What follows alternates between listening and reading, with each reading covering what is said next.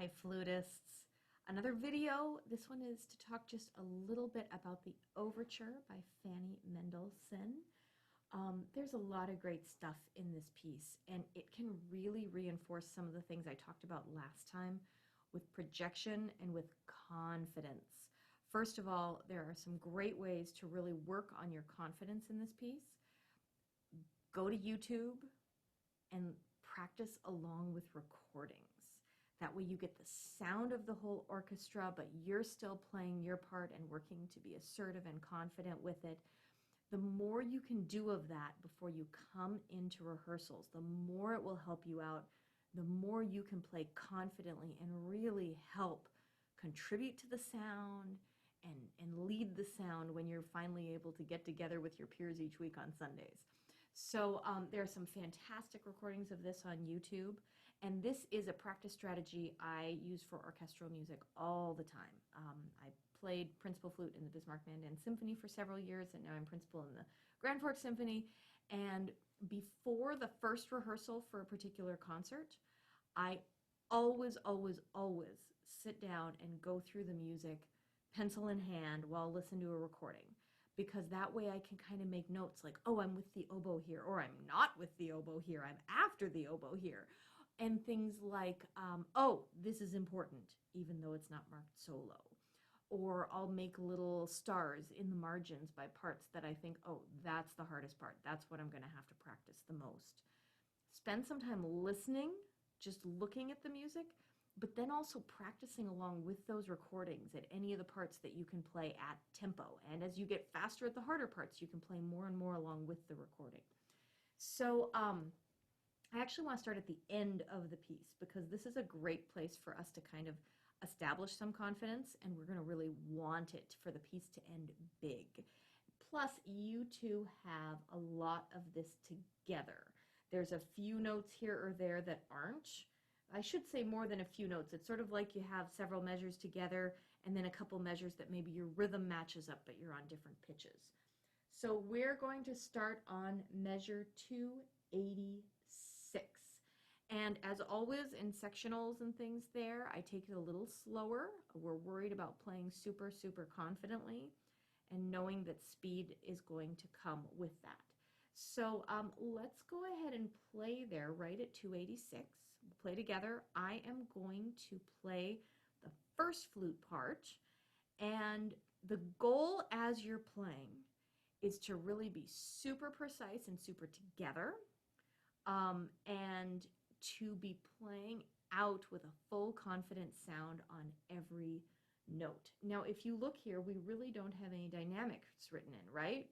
Several measures ago, after G, we started a poco crescendo, and now here we're to this più presto e sempre accelerando.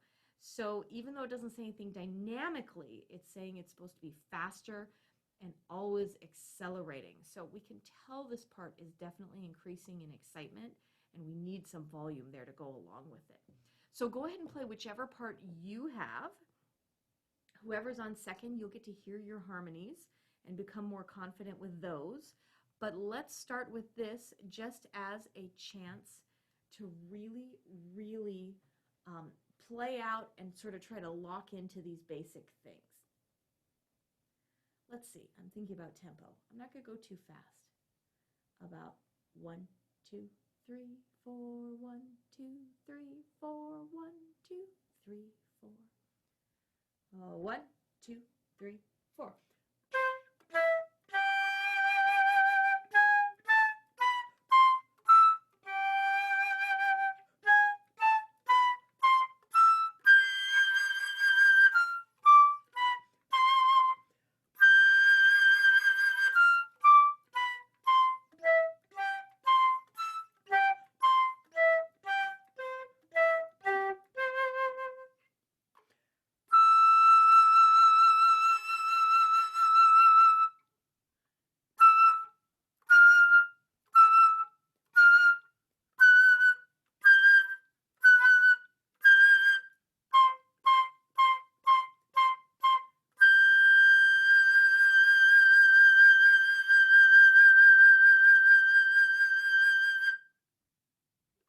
Now let's skip over those 5 measures and carry on to the end. So I'm going to start counting right on the measure you come in. 1, 2, 3.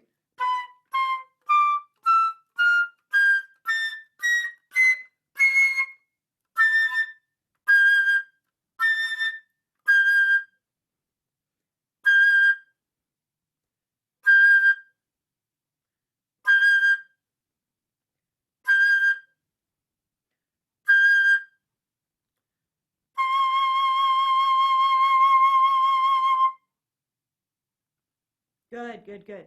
Now, again, we're doing this just to kind of get our confidence going on a nice solid part that you two are mostly together on. Let's do it again, but I'm going to go ahead and play the second part. So whoever I was with before, I won't be with this time, but instead I get to play with the other one of you. So same spot, 286, same drill. Let's play to the end. Nice. Think about your full sound, your big, bold, beautiful sound, playing from the chest cavity, all those projection things that I mentioned last time.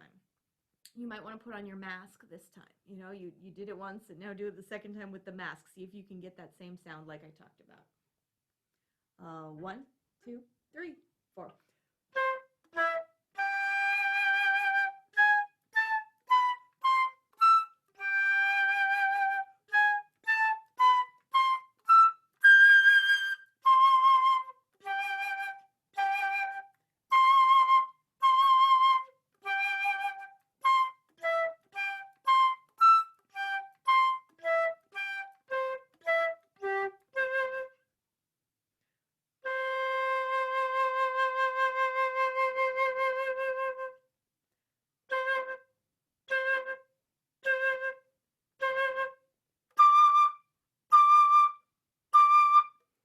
Guys, sorry about that.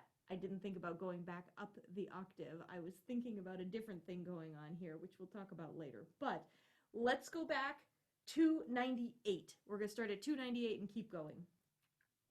Ready?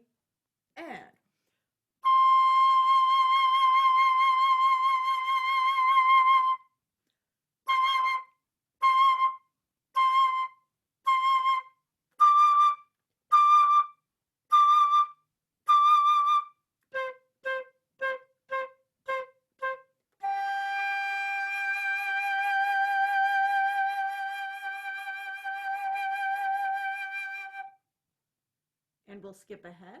So 1, 2, 3.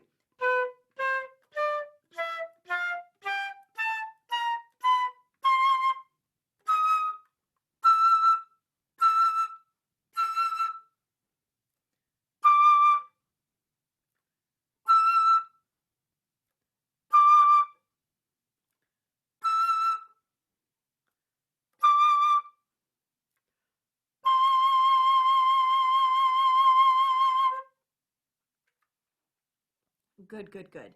So again, a simpler spot like that is a great place to kind of dig in, get your confidence going on the piece. A couple of other things to really think about in this one. Sorry, I'm pulling up our first pages here.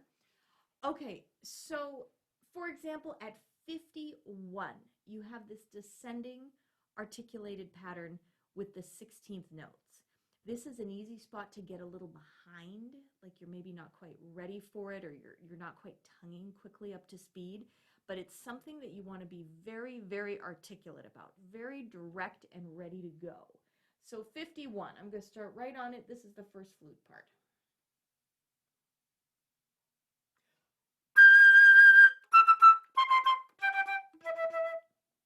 After the rests, we come to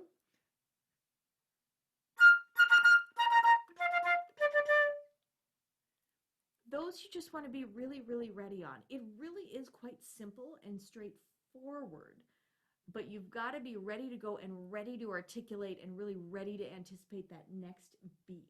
I'll play the second flute part as well, just because it is transposed down a little bit.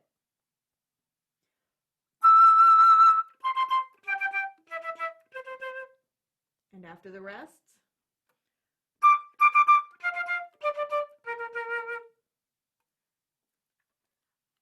there's many parts in here that you're with other things in the orchestra, of course, and you want to be assertive in how you approach those, very confident, so everyone can feel that they're playing together.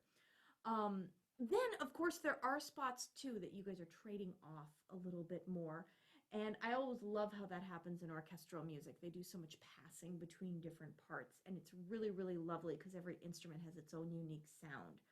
So, for example, in the first flute part, there are these solos in the beginning. One is at measure 14, and one is at measure 34. Those tend to be things that are handed off from other instruments. You want to know who you come after, and then also count and be super solid about where you are. But then too, as you're playing them, think about them being the most lyrical, lovely thing you can. So this is in 14.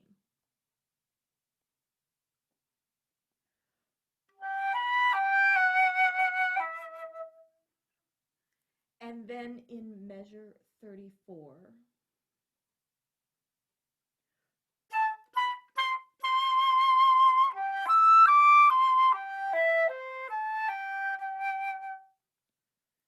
You just want to have that long sense of where it's going. Make sure you don't get too choppy. You want to be rhythmic, but you want to make sure your air really takes you from the beginning to the end.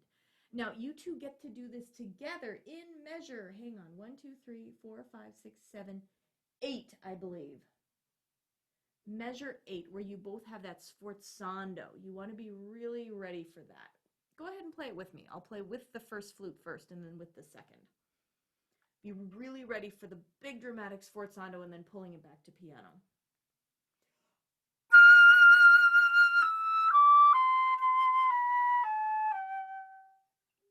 And with the second flute,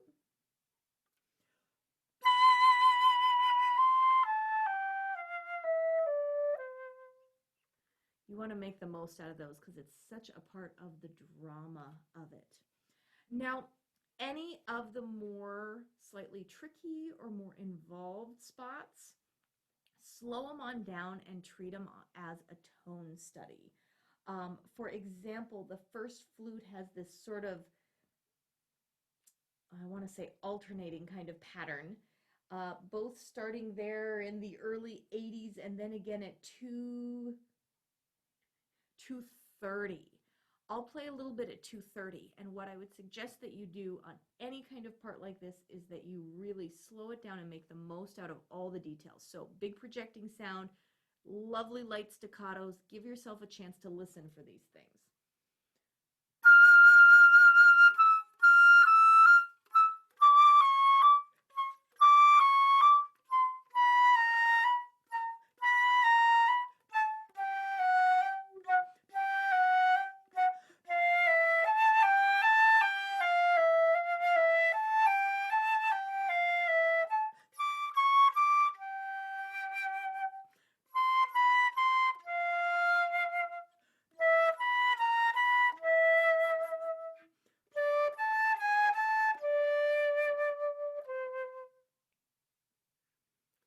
Just something that gives you a chance to really hear what's going on. And then be paying attention in rehearsals to what your goal tempo is, what it's being played at there.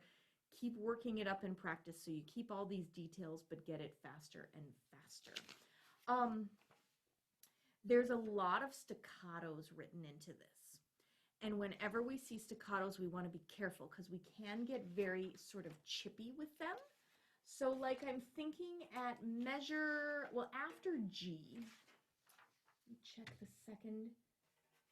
Okay, after G, there are these descending eighth note scales in the first flute part. And make sure you think of the staccatos more as light than as short.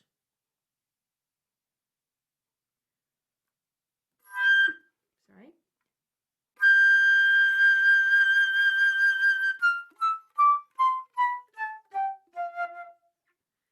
That is so much more musical and also easier to sort of feel and flow with than if you get kind of. Now, of course, if it needs to be shorter to match something that's going on, you can work on that and of course, follow whatever directions you get from Dr. Sutterlein or what you hear going on in other sections. But in general, think about staccatos being light.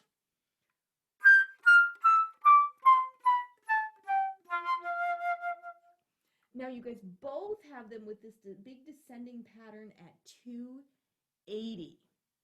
And on quarter notes too, staccatos don't have to be as short as for eighth notes or sixteenths because it's more about the space than the actual length of the note.